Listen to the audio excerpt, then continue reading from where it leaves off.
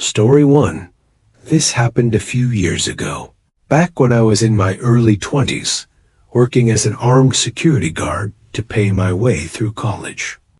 My shifts were long and exhausting, from 6 in the evening to 6 in the morning, and by the time I clocked out, I was completely drained. That night was no different. I remember thinking I just wanted to grab a soda, drive home, and get some sleep. I had plans to visit a friend the next morning, so I figured I would bring him a drink as a small gesture. I don't even remember what brand it was. But what happened in that parking lot will stay with me forever. When my shift ended, I didn't bother locking up my gear properly. Instead of storing my pistol belt, holster, and gun in the trunk, like I was supposed to, I just tossed them onto the back seat of my old car. It was a lazy move, but it probably saved my life.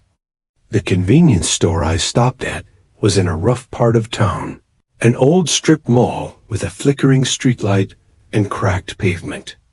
It was around 3 in the morning, the kind of hour when the world feels empty and strange. I parked, went inside, bought my soda, and headed back out. That's when I saw her. She came stumbling from around the corner near some dark, closed offices. She was about my age, maybe younger, with shoulder-length blonde hair and a white shirt covered in little pink flowers. Her eyes were wide with panic, and she was clutching something in her hand. At first, I thought it was a gun, and I froze. Then she shouted, "He's following me." Her voice was high, frightened, almost cracking. She ran toward me, nearly tripping over her shoes. Then I heard a clicking sound. It wasn't a gun, it was a stun gun, sparking and crackling as she waved it in the air. "He's following me," she repeated, trembling. I opened my car door, trying to stay calm. "Who's following you?" I asked. The air felt heavy, still, too quiet. Then, from the same corner she came from, a man appeared. He was tall, bald, built like an athlete, wearing a blue tank top that showed thick, muscled arms. And in his right hand, shining faintly under the light, was a large hunting knife. Not a pocket knife. A long, ugly blade. "That's my piece," he said, his voice low and even. He didn't look at me, just kept walking toward the girl. "Go inside," I told her, pointing to the store. "Tell them to call the police." She nodded and ran, her footsteps echoing off the asphalt. The man kept coming, repeating, "That's my piece," over and over, like a broken record. He was closer now, about 40 feet away, moving slow and deliberate.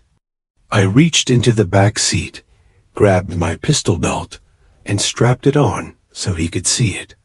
My hand rested on my sidearm. "Stop right there," I said. He didn't stop. He just kept walking toward me, eyes fixed, knife still raised out, so I drew my gun and leveled it at his chest. "Here's my piece," I said. He froze, but he didn't drop the knife. His eyes narrowed, the blade still glinting in his hand. I could feel my pulse pounding in my neck. I'd been trained to stay calm under pressure, but this was different. This felt senseless. I pulled the hammer back. The sound echoed in the quiet night. "Go on your way and have a good night," I told him. He hesitated, then took a slow step back. "Sorry, man," he muttered. "Thought you were somebody else." He lowered the knife, tucked it into his waistband, and backed away. I kept my gun pointed until he disappeared into the store. Only then did I lower it and realize my hands were shaking. I got in my car, the soda bottle still untouched on the seat. Across the lot, another 24-hour store glowed under a buzzing light, and a sheriff's car was parked outside.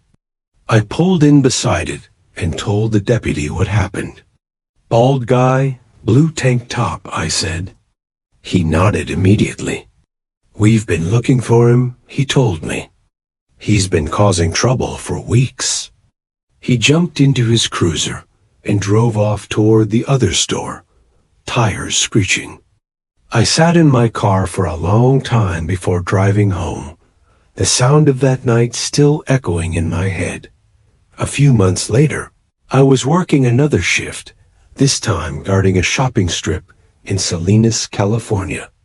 The area was quiet, surrounded by empty fields and old warehouses. Most nights were uneventful. Until one spring morning in March. It was cold before sunrise. I started my patrol behind the Walmart lot, where it was always empty except for a few abandoned carts. That's when I saw a small gray Honda Civic parked at an angle in the far corner, half hidden behind a concrete pillar. I'd noticed it before, maybe once or twice, but this time something felt off. The windows were fogged from the inside. The tires were low. There were cobwebs on the mirrors. That car hadn't moved in weeks. I stopped the truck about 30 feet away and rolled down my window.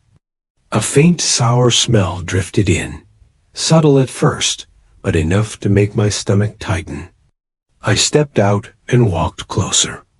The odor grew stronger with every step, heavy and wrong. I called out, "Security," but there was no response. Then I looked through the windshield. The glass was fogged, but behind it I saw the shape of a person slumped in the driver's seat. My chest went cold. I took another step and saw a flash of blonde hair resting against the window. The police arrived minutes later. They broke into the car and confirmed what I already knew. The woman inside had been there for days, maybe longer. They didn't tell me her name, but I didn't need to ask. All I could think about was that night in the parking lot. The girl with the pink flowered shirt. The one who said, "He's following me." I don't know if it was her, but sometimes when I close my eyes, I still see her running toward me under that flickering light, begging for help. I wonder if that man ever found her again. And I wonder if I could have done something more. Story 2. It was past midnight when I finished the last report of the day. The office was silent, the kind of silence that presses on your ears. I worked as a data analyst for a logistics company, and most nights ended late, but this one felt heavier. When I shut down my computer, the hum of the air conditioner stopped, and the entire floor seemed to exhale. I packed my bag, turned off the lights, and made my way toward the exit. The hall was lit only by the green glow of the exit sign, flickering faintly. Every step echoed off the polished floor, following me like footsteps that weren't mine. The security guard, an older man named Sam, nodded from his desk as I passed. "Working late again?" he said without looking up from his crossword. I smiled weakly and waved, then pushed through the glass doors into the cold night air. The wind carried that sharp chill that comes right before winter, cutting through my jacket as I crossed the empty plaza toward the lot. Under the orange parking lamps, the asphalt stretched endlessly. Rows of cars, half of them abandoned by employees who left hours ago, shimmered under the flickering lights. I paused, realizing I couldn't remember exactly where I'd parked that morning. Section C, maybe D, it all blurred together after so many late nights. I clicked my key fob once. Nothing. The second time, a faint chirp echoed from somewhere far off. 2 rows down. I started walking toward it, my footsteps crunching over bits of gravel. The sound of leaves scraping across the pavement made the emptiness feel alive. The lamps hummed softly, buzzing like insects in the dark. I kept glancing over my shoulder, half expecting to see someone, but the only movement came from shadows stretching between the cars. When I finally spotted the faint reflection of my car's blue paint, a wave of relief washed over me. I reached for the handle and froze. For some reason, an uneasy feeling settled in my chest. It wasn't fear exactly, but something instinctive, like a quiet alarm bell deep in my head. My thumb hovered above the unlock button. I stood still, staring at my reflection in the window. Behind me, the lot looked endless, each lamp surrounded by its own little circle of dim orange light. I shook my head, telling myself I was just tired, imagining things. I pressed the button again, and the car chirped softly. Still, I hesitated. Something about the car looked wrong. The back window seemed darker than usual, and the air felt heavier near it, as if I'd stepped into a space where sound didn't travel right. I bent down to look inside, cupping my hands against the glass, but saw only darkness. That's when a voice startled me from behind. "Hey there, you all right?" It was the night security from the adjoining lot, a younger guy named Alex, flashlight in hand. I turned, trying to laugh it off. "Yeah," I said, "just couldn't find my car for a second." He chuckled and waved, heading toward the far end of the lot where a few cars were still parked. As he walked away, I noticed his flashlight beam stop on a gray Honda Civic parked near the fence line. He stood still for a few seconds, shining the light into the windshield. Then he called out, his tone changing. "Hello, security. You all right in there?" There was no response. He moved closer, circling around the car, the beam cutting through the dust on the glass. From where I stood, I could tell something wasn't right. The car looked like it hadn't moved in months. Alex leaned closer, squinting through the front window. Then his whole body went stiff. I saw him stumble back, one hand reaching for his radio. My stomach dropped. I started walking toward him as he spoke into the radio, his voice shaky. "This is Unit 3. I need police at the back lot, now possible deceased occupant in a vehicle." I stopped halfway, suddenly unsure if I wanted to see what he'd seen. Within minutes, a patrol car arrived, its lights splashing red and blue across the lot. The officers taped off the area and told us to stay back. One of them opened the driver's side door, and that's when the smell hit thick, sour, and unforgettable. It made my eyes sting. The officer muttered something under his breath and quietly said, "Yeah, she's been here a long time." I stood beside Alex, both of us silent. He looked pale, his flashlight still trembling slightly in his hand. The detectives arrived soon after. They covered the windows with tarps and began documenting everything. From where I stood, I caught glimpses through the open door. A woman slumped across the seat, her skin gray and dry, hands folded neatly. In her lap, as if she'd just drifted off to sleep months ago. Her name, they said later, was Lauren Cho, 28 years old, reported missing 3 months earlier. Somehow, her car had been sitting there the entire time, just a few spaces away from where employees parked every day. The tinted windows, the quiet corner of the lot, the lack of movement, all of it kept her hidden in plain sight. When the coroner's van arrived, they carefully lifted her remains out. On the passenger seat sat a small purse, a half-empty water bottle, and a phone long dead from battery. No signs of struggle, no broken glass, no blood. Just a woman who had gone to sleep inside her car one night and never woken up. For days after, I couldn't shake the image. The way the morning light had hit the windshield, the eerie stillness of her hands, the quiet truth that she'd been there the whole time while life carried on around her. The company rerouted patrols for a while, but that didn't help. Every time I walked through that lot, I found myself checking every parked car, squinting through windows, half expecting to find another still form waiting in the dark. Walmart eventually had the Honda towed away once the investigation was over, but the dark oil stains and tire marks stayed there for months. I'd watch shoppers walk right past the spot, chatting, laughing, completely unaware of what had been there. Even the staff started remembering things, the same gray car parked there during the holidays, how it never moved, how nobody thought twice about it. Some swore they'd seen frost build on the windshield and assumed it was just an abandoned vehicle her family made. A statement later, saying they'd searched every city nearby, that they'd filed reports and begged for help, never realizing she was sitting just a few miles from home, hidden behind tinted glass. None of it made sense.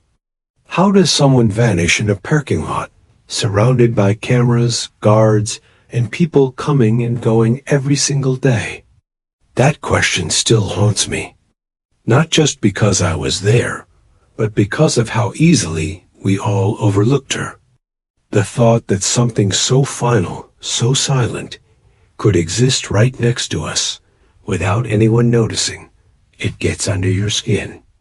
Even now, whenever I pull into a quiet lot after dark, I catch myself slowing down, scanning for that stillness again. Not the kind that comes from emptiness, but the kind that hides a story no one ever stopped to seed out, because sometimes the scariest things aren't hiding in the shadows at all. They're right in front of us, sitting quietly, waiting to be found.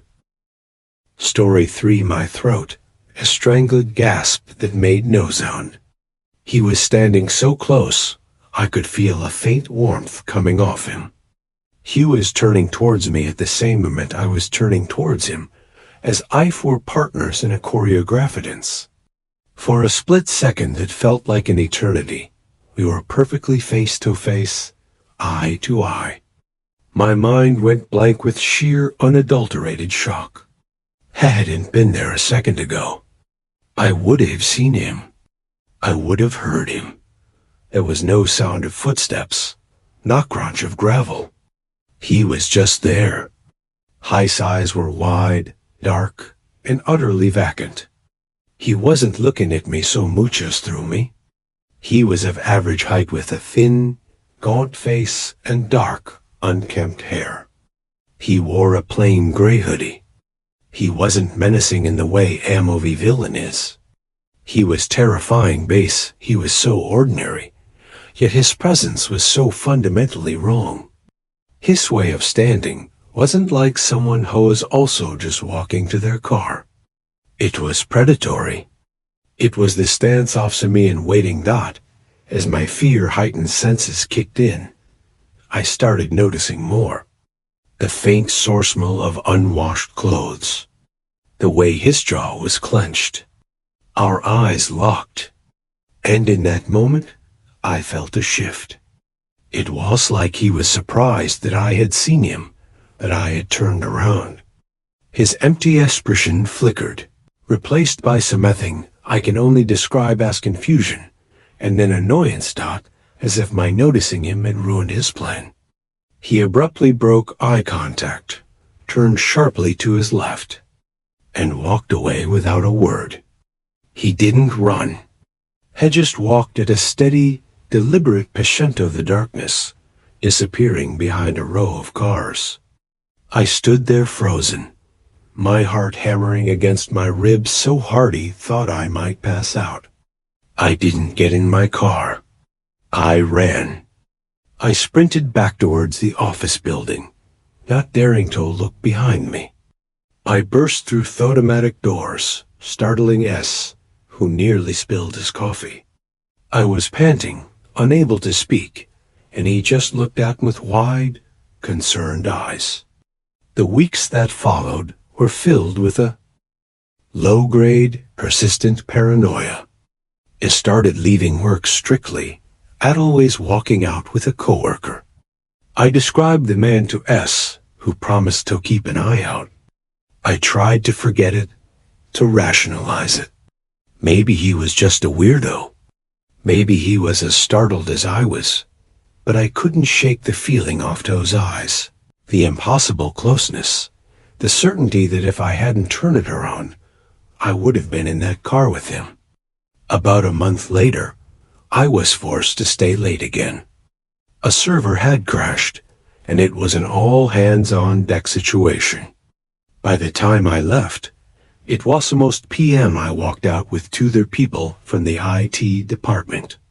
Worked together until we reached the edge of Section B, where they got into their car. "You sure you're okay from here?" one of them asked.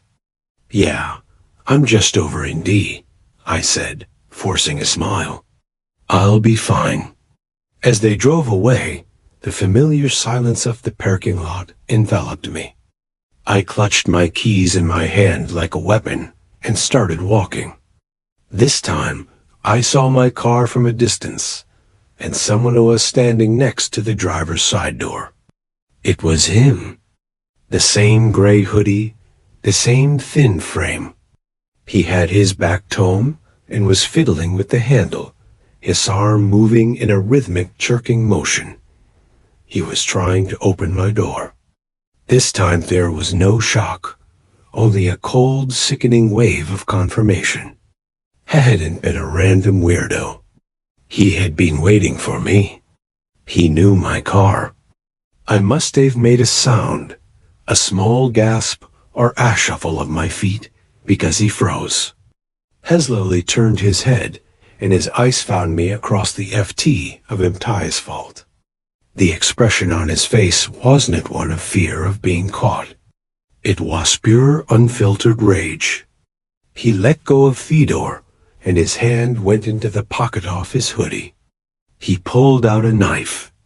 It wasn't large, but the way the orange lamp light glinted off the blade made my blood run cold. And then he